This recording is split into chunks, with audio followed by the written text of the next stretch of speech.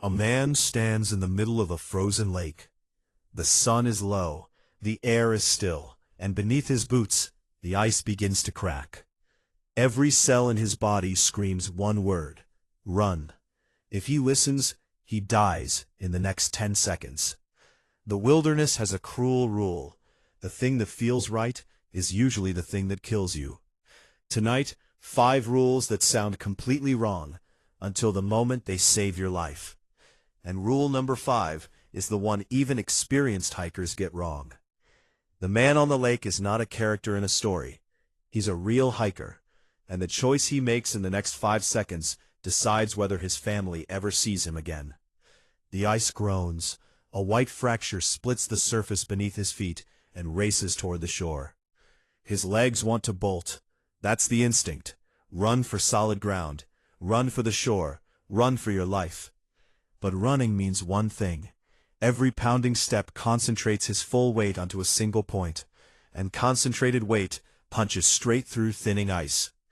So he does the thing his body hates. He drops to his stomach.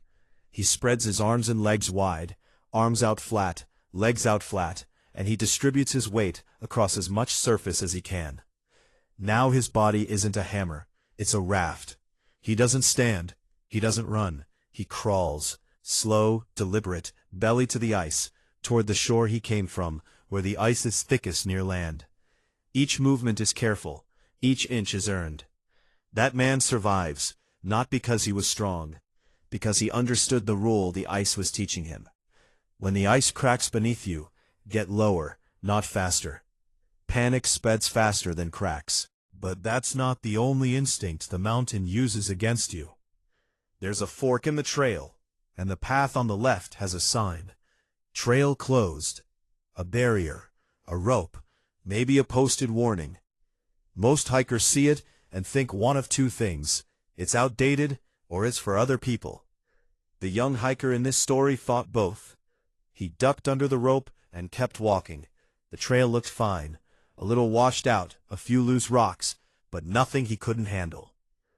What he didn't know was the man who put that rope there. A ranger, 30 years on this mountain, weathered face, calm hands, the kind of man who doesn't speak unless the words matter. Before they closed that trail, he'd pulled 3 bodies off that washout. 3. A family on a day hike, a solo trekker who never came home, a couple who thought the view from the edge was worth the risk. The ground beneath that trail is unstable.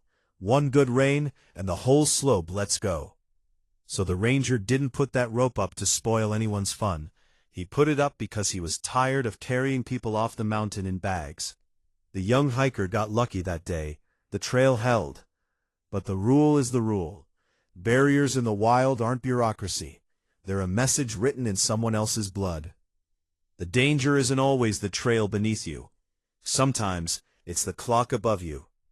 There's a fork in the trail, and the path on the left has a sign. Trail closed. A barrier. A rope. Maybe a posted warning. Most hikers see it and think one of 2 things. It's outdated, or it's for other people. The young hiker in this story thought both. He ducked under the rope and kept walking. A little washed out, a few loose rocks, but nothing he couldn't handle. Pause. What he didn't know was the man who put that rope there. A ranger, 30 years on this mountain. Weathered face, calm hands, the kind of man who doesn't speak unless the words matter. Pause. Before they closed that trail, he'd pulled 3 bodies off that washout. 3. A family on a day hike. A solo trekker who never came home. A couple who thought the view from the edge was worth the risk. Pause. The ground beneath that trail is unstable. One good rain and the whole slope lets go. Pause. So the ranger didn't put that rope up to spoil anyone's fun. He put it up because he was tired of carrying people off the mountain in bags. Pause. The young hiker got lucky that day. The trail held. Pause. But the rule is the rule. Pause. Barriers in the wild aren't bureaucracy. They're a message written in someone else's blood. Pause. The danger isn't always the trail beneath you. Sometimes it's the clock above you. He can see the top. 200 meters. Maybe a 15-minute climb. The summit of the mountain he's trained all year for. Right there, glowing in the afternoon light. Pause. The time is 2:01 p.m., and he turns around. His two companions stare at him. It's right there. 10 more minutes. We've come this far. Pause. He doesn't argue. He just starts walking down. Pause. The rule he's following is old and cold and hated by every climber who's ever lived. Turn back by 2 p.m. No exceptions. Because 2 p.m. isn't an arbitrary number. It's the last safe margin, the point where you still have enough daylight to get down in the open, before the mountain turns its face away from the sun, and the weather that's been building all afternoon finally lets go. Pause. The two companions push on. They tag the summit at 2:30. They take their photos. They feel the triumph. Then they turn to descend. Pause. And the mountain closes around them. Cloud rolls in. The light dies. The temperature plummets. What was a clear trail an hour ago is now a white wall of snow and wind. And they're picking their way down by the weak beam of a headlamp, unable to see more than 2 feet ahead. Pause. They survive. Barely. One of them loses 2 toes. The other is found by search and rescue the next morning, hypothermic, huddled against a rock 100 meters from the trail. Pause. The man who turned around at 2:01?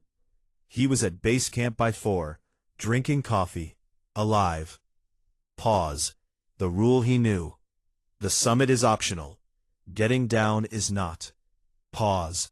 Rule 4 sounds even worse than the others. Sometimes the right move is to do nothing at all. Pause. She realizes she's lost around 3 p.m. Pause. The trail is gone. The trees look the same in every direction. Her phone is dead. The sun is moving. Pause. So she does what every lost person does. She walks. She picks a direction and she walks. Because standing still feels like giving up, and moving feels like progress. Pause. She walks for 14 hours. Pause. 14 hours. Through the night. In circles mostly. Because lost humans don't walk in straight lines. They curve. She drifts further and further from the trail. Further from the search teams that have been called. Further from the drones sweeping the grid where she was last seen. Pause. She is moving away from rescue with every step. Pause. Now meet the second hiker. Pause. Lost the same season, same forest, same dead phone, same missing trail, same rising panic. But this hiker does the opposite. He stops. Right where he is. He sits down. He builds a small shelter from branches and leaves.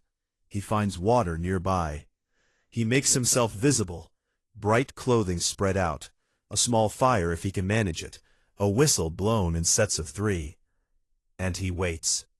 6 hours later, a search team walks straight to him. He's cold. He's tired. He's embarrassed. But he's alive. And he's found. The first hiker was found too, eventually. 3 days later, 8 miles from where she started, by a helicopter that almost didn't see her. The rule that separates them. A moving target can't be found. Lost people who stop are found 4 times faster. Which brings us to rule number 5, the one even the old ranger had to learn the hard way. You've met the ranger, the one who tied the rope, the one who carried the bodies off the mountain. He's older now, gray beard, lined face, eyes that have seen too much. He walks the trailhead every morning, and he talks to every hiker who'll listen. And the thing he says, over and over, to every single one of them, is 3 words. Slow is fast. A young explorer is on a cliff edge.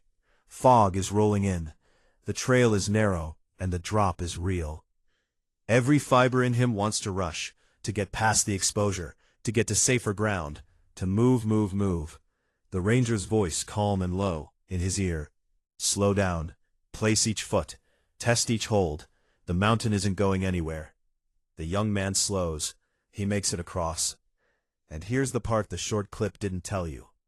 The ranger wasn't always the man with the warning. Once he was the young man on the cliff. Once he was the one who hurried. He was 23, climbing with a partner he'd known for years.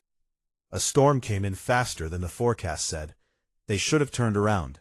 Instead they pushed, because they were close, because they were young, because hurrying felt like courage. His partner slipped on a wet hold they never should have been on. The ranger watched him fall. He carried that for 40 years, and that's why he stands at the trailhead every morning and tells strangers to slow down. Because the mountain didn't take his partner. The hurry did. The lesson, hard-won and heavy. The mountain doesn't punish weakness. It punishes hurry. 5 rules. When the ice cracks, get lower. When the clock is closed, believe it. When the clock says 2, turn around. When you're lost, stop moving. And when every instinct says hurry, slow down. All of them fight what your body wants to do. All of them work, because the wilderness doesn't care what feels right. It only cares what is right. The old ranger has one more warning. It's about the mistake that gets people killed before they even leave the trailhead. That story is on screen now. Subscribe if you want to hear it.